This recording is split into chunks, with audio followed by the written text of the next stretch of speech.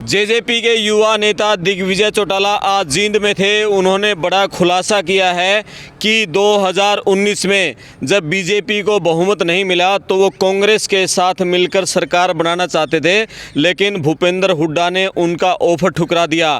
क्यों ठुकराया? और एक और बड़ी बात वो कह गए कि हुड्डा दुष्यंत चौटाला को कुलदीप बिश्नोई बनाना चाहते थे और दुष्यंत मैच्योर नेता हैं, वो कुलदीप बिश्नोई नहीं बनने पाए और इसलिए उन्होंने मजबूरी में बीजेपी के साथ गए। ये खुलासा उन्होंने तब किया जब 4.5 साल सत्ता का सुख हो गया और बीजेपी और जेजेपी का गठबंधन टूट गया। वो सुनेंगे दिग्विजय चौटाला ने क्या कहा। और उन्होंने ये भी खुलासा कर दिया कि सभी 10 सीटों पर जेजेपी चुनाव लड़ने जा रही है। हिसार से अभी तक नैना चौटाला की चुनाव लड़ने की संभावना थी, लेकिन उन्होंने ये भी कहा कि दुष्यंत भी चुनाव लड़ सकते हैं और इस पर आज फैसला हो जाएगा। कल इसकी लिस्ट जारी कर दी जाएगी। सिरसा से धानक समुदाय के किसी व्यक्ति को टिकट दिया जाएगा, क्योंकि अभी जो बीजेपी की सीटिंग एमपी थी सुनीता दुग्गल, वो धानक समुदाय थी और बीजेपी ने उनकी टिकट काट दी और अभी अशोक तंवर को वहां टिकट दी है। तो सुनते हैं दिग्विजय चौटाला ने क्या कहा। उन्होंने ये कहा था कि आप लोग भाजपा के साथ मत जुड़िए, मेरे पास निर्दलीय नहीं है। इसका मतलब वो ये चाहते थे कि हम 15 साल से सरकार से बाहर थे, 5 साल और सत्ता से बाहर रहते, हमारा हाल कुलदीप बिश्नोई जैसा करना चाहते हैं। तो कुलदीप बिश्नोई के साथ जो उन्होंने किया, दुष्यंत चौटाला इतना नासमझ नहीं है, मैच्योर पॉलिटिकल लीडर है और उन्होंने अपनी मैच्योरिटी का ही प्रमाण दिया कि भूपेंद्र हुड्डा के ठुकराए जाने के बाद ऑफर हमने भारतीय जनता पार्टी से बातचीत की और भारतीय जनता पार्टी ने जो ऑफर दिया था कि आपकी इन बातों को माना जाएगा, इसलिए ही हमने सहमति जताई। क्या भविष्य में भी ऐसे त्रिशंकु हालात बढ़ते हैं तब किंग मेकर की भूमिका में आप रहते हैं? जेजेपी या कांग्रेस, बीजेपी या कांग्रेस? फिर वही वाली बात कर रहे हैं। हम भाजपा की सत्ता के विरोध में जीत के आए। हमने भाजपा की सत्ता के विरोध में बैठे भूपेंद्र हुड्डा को पहला ऑफर दिया। ये सवाल मेरे से नहीं, ये गलती भूपेंद्र हुड्डा की है, उनसे पूछिए। अगर उनके पास जवाब ही नहीं है इस बात का, मैं कहता हूं ऑन रिकॉर्ड, मैं चैलेंज देता हूं भूपेंद्र हुड्डा को, मेरे से बहुत बड़े हैं, मेरे दादा समान हैं, मैं उन्हें आदर के साथ चैलेंज देता हूं कि ऑन रिकॉर्ड आकर के कहिए कि दिग्विजय चौटाला से बात हुई या नहीं हुई। मैं कह रहा हूं भविष्य में त्रिशंकु बढ़ती है तब आप किसके साथ जाना पसंद? ऑपोजिशन को एकजुट करने का प्रयास करेंगे, क्योंकि सत्ता के विरोध में हम जीत के आएंगे। मैं मनोहर लाल जी पे इतना ही कहूंगा कि उनकी जो छवि बनी, उनने पता नहीं असली मायने में प्रयास जरूर किए होंगे, मगर वो जनता से डायरेक्ट नहीं जुड़ पाए। किसी भी नेता का नेता बनना जो है, लीडर तो बन सकता है जी, पद पर आ सकता है, मगर जो कहते हैं कि दिलों पर राज करना होता है। इतना लंबे समय मुख्यमंत्री रहे, वो चाहते तो लोगों से डायरेक्ट कनेक्ट बना सकते थे, मगर उन्होंने अपने और जनता के बीच में एक विंडो रखी। कनेक्ट होते तो थे संवाद कार्यक्रम में, गाड़ियां मैंने वही कहा कि वो कनेक्ट नहीं हो पाए, एक सीएम विंडो बीच में जरूर रहती। अच्छा, जींद में जेजेपी की नींव यही रखी गई और यहाँ जींद जिले ने बड़ी ताकत दी, 3 विधायक भी आपको दिए जी। कोई 5 प्रोजेक्ट आपने इस जिले को दिए हो बदले में? अरे बहुत सारी चीजें दी हैं। मैं अगली बार 5 प्रोजेक्ट्स की लिस्ट नहीं, आपको 50 प्रोजेक्ट्स की लिस्ट लेकर के मिलूंगा। और बहुत सारा काम जींद को दुष्यंत चौटाला के रहते यहां पर हुआ, डेवलपमेंट के कार्य हुए, सकारात्मक सोच से हुए। मगर मैं ये कहता हूं कि ये हमारा लक्ष्य नहीं है। हमारा लक्ष्य आज भी वही है कि जींद को पूर्णतः राजधानी हरियाणा की बनाया जाए। मगर कोई ये कहे कि वो सरकार में भागीदार के तौर पर संभव है, ऐसा नहीं है। वो जिस दिन हम पूरी सरकार में आपने कहा कि ये तो आप इतनी गहरी बात पूछ रहे हैं कि जिसका मुझे पता नहीं है कि ये कैसे दोनों की सहमति से टूटा या एक की सहमति से टूटा। मगर जो दिख रहा है, जो समझ आता है, वो यही है कि जब सीटों का बंटवारा हो रहा था तो वो शेयर में रेडी नहीं थी। 20% की हिस्सेदारी जेजेपी बीजेपी की थी, 20-80 की। 20-80 का मतलब बनता है लोकसभा में 2 सीट। 2 सीट हमारी जो थी वो हमने मांगी थी, हिसार की सीट और भिवानी की सीट। वो 2 नहीं, 1 पर भी सहमत नहीं हुए। तो फिर 5100 वाली पेंशन पर दुष्यंत जी ने उनको कहा, वो उस पर भी सहमत नहीं हुए, तो गठबंधन टूटना तय था। नई सरकार, क्योंकि मुख्यमंत्री ने इस्तीफा दे दिया, तो नई सरकार में हम शामिल नहीं हुए, क्योंकि वो हमारी किसी बात पर राजी नहीं थी। कि हरियाणा और हरियाणवी की आवाज वहां तक पहुंचे। बड़ी पार्टियों की परछाई में जो उनके एमपीज की आवाज दब जाती है, जो वो मुद्दा बन करके वहां पर नहीं उठा पाते, पिछली पंक्ति में बैठे रहते हैं हरियाणा के एमपीज। हरियाणा का एमपी होना चाहिए दुष्यंत चौटाला जैसा, वही हो गया जिसने 5 साल मजबूती से हरियाणा को गौरवान्वित महसूस करवाया। जब ट्रैक्टर पर टैक्स लगा था तब दीपेंद्र हुड्डा की चूं नहीं निकली थी, तब दुष्यंत चौटाला ही थे जिन्होंने ट्रैक्टर की लड़ाई लड़ करके उसको टैक्स को हटवाया था। पार्लियामेंट में सकारात्मक सोच का पढ़ा लिखा नौजवान संघर्षशील व्यक्ति पहुंचे और हरियाणा के बाद आपको लगता है जनता आपकी बात सुनेगी? क्यों नहीं आपको सुनेगी? लगता है क्यों नहीं सुनेगी? जो मौजूदा एनवायरनमेंट बना हुआ है, मौजूदा एनवायरनमेंट जो बनाया हुआ है ये हमारे विरोधियों का बनाया जा रहा है, और वो अच्छा ये है जी कि समय बहुत है जी, और वो समय रहते सब धीरे धीरे एक्सपोज हो जाएंगे। दिग्विजय जी, आप जो हरियाणवी एक की बात कर रहे हैं, क्या आप नॉर्मल की नहीं बोल रहे, आप हुड्डा के ऊपर बोल रहे हैं, बीजेपी कुछ भी नहीं बोल रहे है जी? क्यों नहीं बोल रहा? आपने मेरे से बीजेपी के बारे में पूछी, मैंने सारी बता दी कि विरोध जो है, हमारा विरोध करने वाले लोग कौन हैं। आप अगर एक राजनेता होते, मैं आपके विरोधी दल का आदमी होता और मैं अपने हाथ में किसी भी यूनियन का झंडा लेकर, काले कपड़े पहनकर, काला गमछा घुमाकर मुर्दाबाद हाय हाय के नारे लगाता पहुंच जाता, तो मैं तो किसान ही कहलाता और मीडिया में ये चलता कि आपका विरोध हुआ। क्या एसकेएम ने, क्या किसी मोर्चे ने, क्या किसी यूनिट ने, क्या किसी नेता ने, जैसे चदूनी साहब हैं, टिकैत साहब हैं, अन्य नेता हैं, किसी की कॉल है किसी का विरोध करने को लेकर के? किसी भी गांव में हम जाएंगे, इस बात के लिए हमारे विरोधी भी तैयार रहें, या तो अपनी हरकतों से बाज आ जाएं, नहीं तो विरोध उनका भी होगा। कौन करवा रहा है? कौन करवा रहा है? कांग्रेस के लोग, इंडियन नेशनल लोकदल के लोग, और उनकी तस्वीरों के साथ ये बातें हमने उजागर भी कर दी, सोशल मीडिया पर चला। आपने भी इंडियन नेशनल लोकदल का नाम लिया। डॉक्टर अजय सिंह चौटाला ने पिछले दिनों कहा कि अगर बड़े चौटाला साहब ओम प्रकाश जी कहें तो हम एक होने को तैयार हैं। अभय सिंह उससे होता क्या है सर, होता क्या है? आपने मेरे से सवाल पूछा, आपका सवाल नहीं दिखाया जाएगा, मेरा जवाब दिखाया जाएगा। किसी पत्रकार ने भिवानी में उनसे पूछा, क्या ऐसा हो सकता है कि परिवार एक हो जाए? मेरे पिताजी सकारात्मक व्यक्ति हैं, उन्होंने कभी नकारा बात की ही नहीं। उन्होंने कहा जिन्होंने निकाला है अगर वो बुलाएंगे तो हम क्यों नहीं जाएंगे। मैंने उस समय मेरे पिता यानी चौधरी ओम प्रकाश चौटाला की बात को गले का हार मानकर स्वीकार लिया कि पार्टी से निकल जाओ, झंडा डंडा सब छोड़ जाओ, जो कहा मैंने वो किया। अब भी अगर वो कहेंगे तो मैं वो करूंगा। मगर होता क्या है कि जो आप पूछते हो आपका वो नहीं दिखाया जाता, वर्जन जो है सिर्फ उस एंड का दिखाया जाता है। फिर ये कैमरे अभय सिंह चौटाला के सामने मोड़ लिए जाते हैं, वो छाती तान कर फिर अपनी भड़ास निकालते हैं। इसलिए मैं कहता हूं ऐसा ना करें और इस सवाल को बंद कर दें, क्योंकि ये पाले में गेंद ना हमारे है ना अभय सिंह जी के है, ये तो जिनके है वो फैसला लें या वो ना लें। वो ने एक नारा गूंजा आपकी तरफ से, जींद को राजधानी बनाएंगे, लेकिन 5 साल सत्ता में रहे, जींद की कोई सूद नहीं ली, सड़कें आप देखो पूरा शहर टूटा पड़ा है। वो नारा कहाँ गया? सत्ता में होने। जहां तक हमारे महकमों की बात है, हमारे महकमों में जींद जिले में बहुत अच्छे काम हुए। यहाँ पर नई मंडियां बनी, यहाँ पर नए सड़कें कनेक्टिविटी आई। कोरोना काल के अंदर दुष्यंत चौटाला जी ने पूरे इलाके की सुध ली। मगर अब कोई शहरी महकमों के अंदर इस तरह की यहाँ अनियमितताएं रही हैं, चेयरमैन के साथ बड़ा कॉन्फ्लिक्ट रहा है। जींद शहर के अंदर भी डेवलपमेंट को लेकर के, चाहे बस स्टैंड की बात हो, चाहे 19 मंजिला मेडिकल कॉलेज बनने की बात हो, और विषय हो, बहुत काम हुआ है।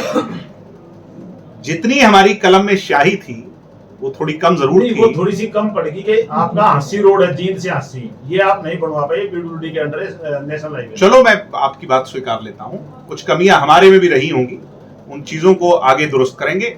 मगर जो हमारी नीयत थी उसको हमने नीतिगत तौर पर लागू करने का पूर्णतः प्रयास किया है, और शायद पहले से ज्यादा काम हुए हैं, ये सब स्वीकारते हैं। लोकसभा में क्या हमारा प्रयास ये था कि हम एक अच्छी सरकार हरियाणा को दें, उसमें सभी मुद्दे जो हमारी तरफ से जींद में पांडु पंडारा में उठाए गए थे, 5-6 बड़े मुद्दे, उन पे काम करें। 70% पे हमने काम किया। महिला को 50% आरक्षण दिया, 75% आरक्षण प्राइवेट सेक्टर में कानूनी तौर पर लागू किया, 8% बैकवर्ड समाज को हिस्सेदारी दी, महिला को 33% फूड एंड सप्लाई के राशन डिपो में हिस्सेदारी दी, मंडियां नई बढ़ाने का काम किया, किसान की फसल किसान के खाते में पहला प्रदेश हरियाणा डायरेक्ट देने का काम किया, आज पंजाब में चले जाओ, राजस्थान में चले जाओ, जहां भी थोड़ा बहुत मंडी सिस्टम है, किसान रोते हैं। हरियाणा का किसान खुश है। जितना मुआवजा, आज मैं उचाना में था, लोगों ने कहा 2-4 हफ्ते दुष्यंत और रह जाता तो हमारा ये मुआवजा जरूर आ जाता। आज मुआवजा सबसे ज्यादा दिया तो दुष्यंत चौटाला ने दिलवाया। काम बहुत किए हैं, रोड की कनेक्टिविटी बहुत बढ़ाई है, नए हाईवेज जो हमारे जींद में नहीं निकलने थे, जो हमारा ये डवाली टू पानीपत का हाईवे है, ये दुष्यंत जी लेकर के आए हैं। और बहुत सारे प्रोजेक्ट्स हैं, बहुत सारी चीजें हैं। एक उप मुख्यमंत्री रहते हुए भूपेंद्र हुड्डा कहते थे ये झुंझुना है, उस झुंझुने की ताकत को बता दिया कि हुड्डा को ये कहना पड़ा मैं 3-4 समाज से उप मुख्यमंत्री बनाऊंगा। उप मुख्यमंत्री की ताकत का इल्म करवा दिया हरियाणा के 2 बार रहे हुए मुख्यमंत्री को। इसलिए अभी तो 20% में ये हुआ है। जिस दिन 100% ताकत दुष्यंत के हाथ में होगी, क्या से क्या होगा। इसलिए हमें अभी संघर्ष के दौर से गुजरना है, फिर से संघर्ष की उस आग में तपना है और आगे जरूर बढ़ेंगे। प्रारूप, नए जिला अध्यक्ष, नई जिम्मेवारियां बहुत अच्छा काम कर रही हैं और उसके विस्तार के लिए निरंतर मैं स्वयं काम कर रहा हूं। ऑल्दो मैं अब इंसो में नहीं हूं, मगर इंसो के साथ मेरा वो जो जुड़ाव है, वो कहते हैं जैसे माँ का बेटे से होता है, बच्चे से होता है, वो जुड़ाव मेरा सदैव रहेगा। और अभी आपने कहा कि भाई हम भाजपा को हराने के लिए करेंगे। लोग विधानसभा में भी यही कहा था कि हम भाजपा को जमुना पार, खट्टर को जमुना पार भेजने के लिए चुनाव लड़ रहे। तो क्या लोग भरोसा बिल्कुल किया था, तभी हमने चौधरी भूपेंद्र हुड्डा को पहला ऑफर दिया था। चौधरी भूपेंद्र हुड्डा हरियाणा के लिए दगाबाज निकले, तो इसमें मैं क्या कर सकता हूं? वो मना करेंगे, मेरे से कोई ऑफर ही नहीं। वो कहते मैंने कहा कि उनका और मेरा एक दफे आमना सामना करवाओ। मैं इनफैक्ट कॉल रिकॉर्ड के साथ मेरी कब उनसे बात हुई, क्या बात हुई, और जिस दिन अगर वो कहेंगे कि वो सारे प्रूफ लेकर के मेरे सामने आओ, तो मैं वो एविडेंटली सारे प्रूफ चौधरी भूपेंद्र हुड्डा जो हरियाणा के 2 बार के चीफ मिनिस्टर हैं, उनके सामने डॉक्टर बांगड़ की कॉल रिकॉर्ड्स, क्योंकि उनके फोन से मेरी उनसे बातचीत हुई, वो सारे रखने को तैयार हूं। माने तो सही, मगर जब भी मैं ये बात कहता हूं, वो इस बात को समाप्त कर देते हैं, कोई और बात कर।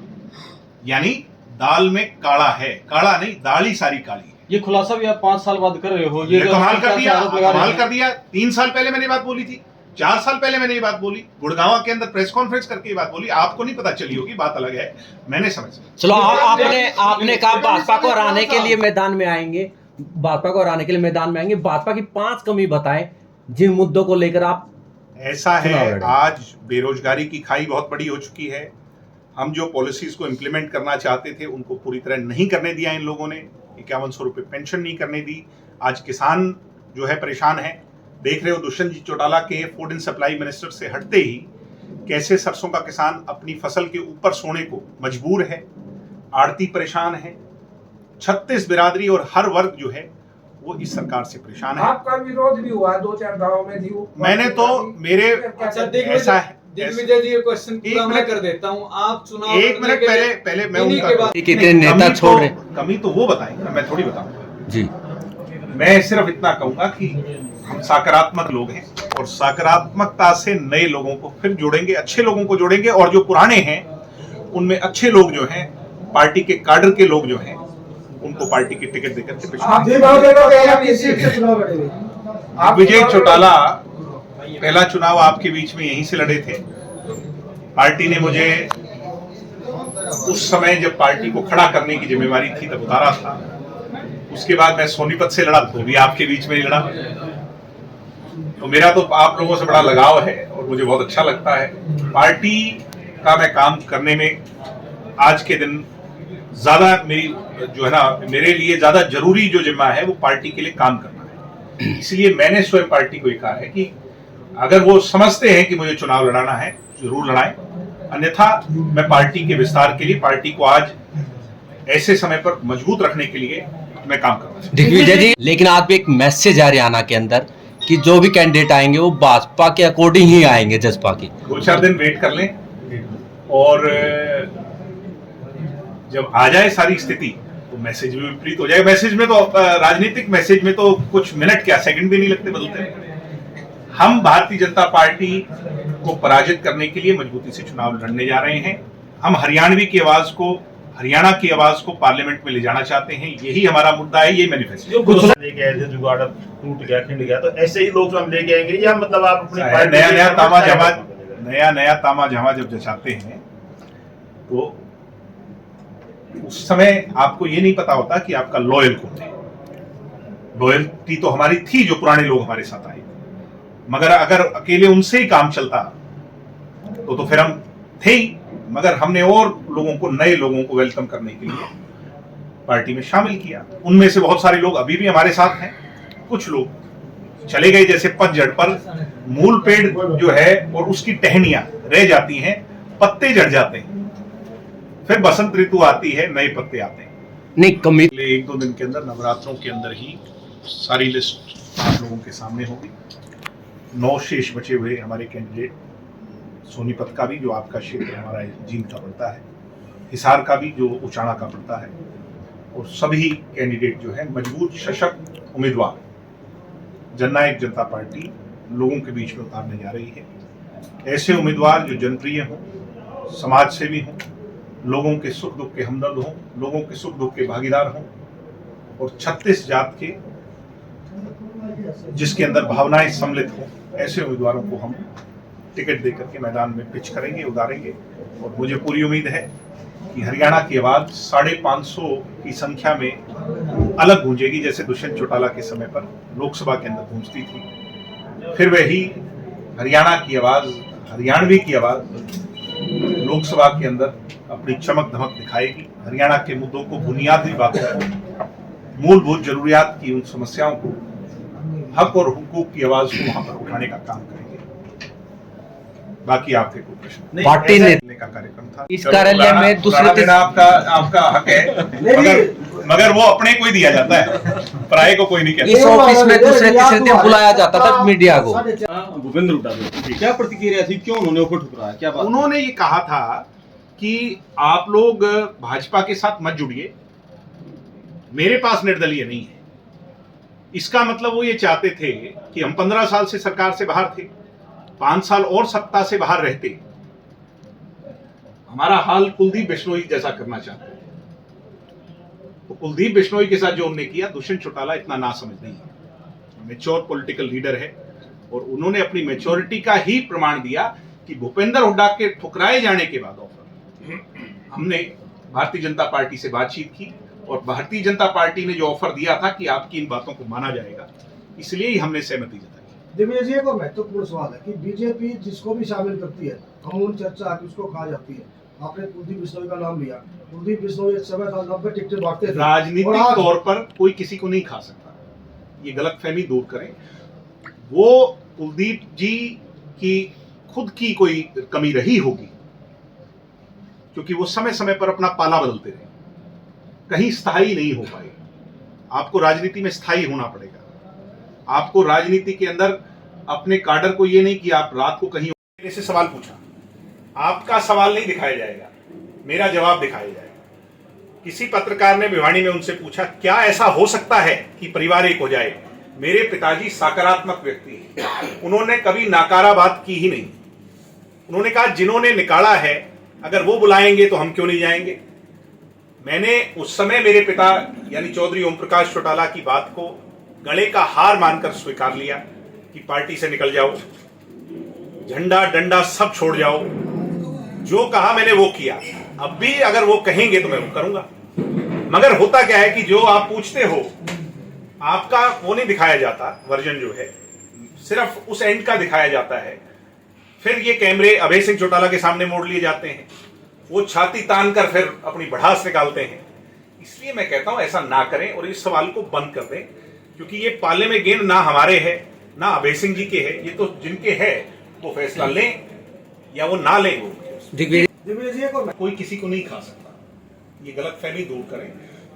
वो कुलदीप जी की खुद की कोई कमी रही होगी, क्योंकि वो समय समय पर अपना पाला बदलते रहे, कहीं स्थायी नहीं हो पाए। आपको राजनीति में स्थायी होना पड़ेगा।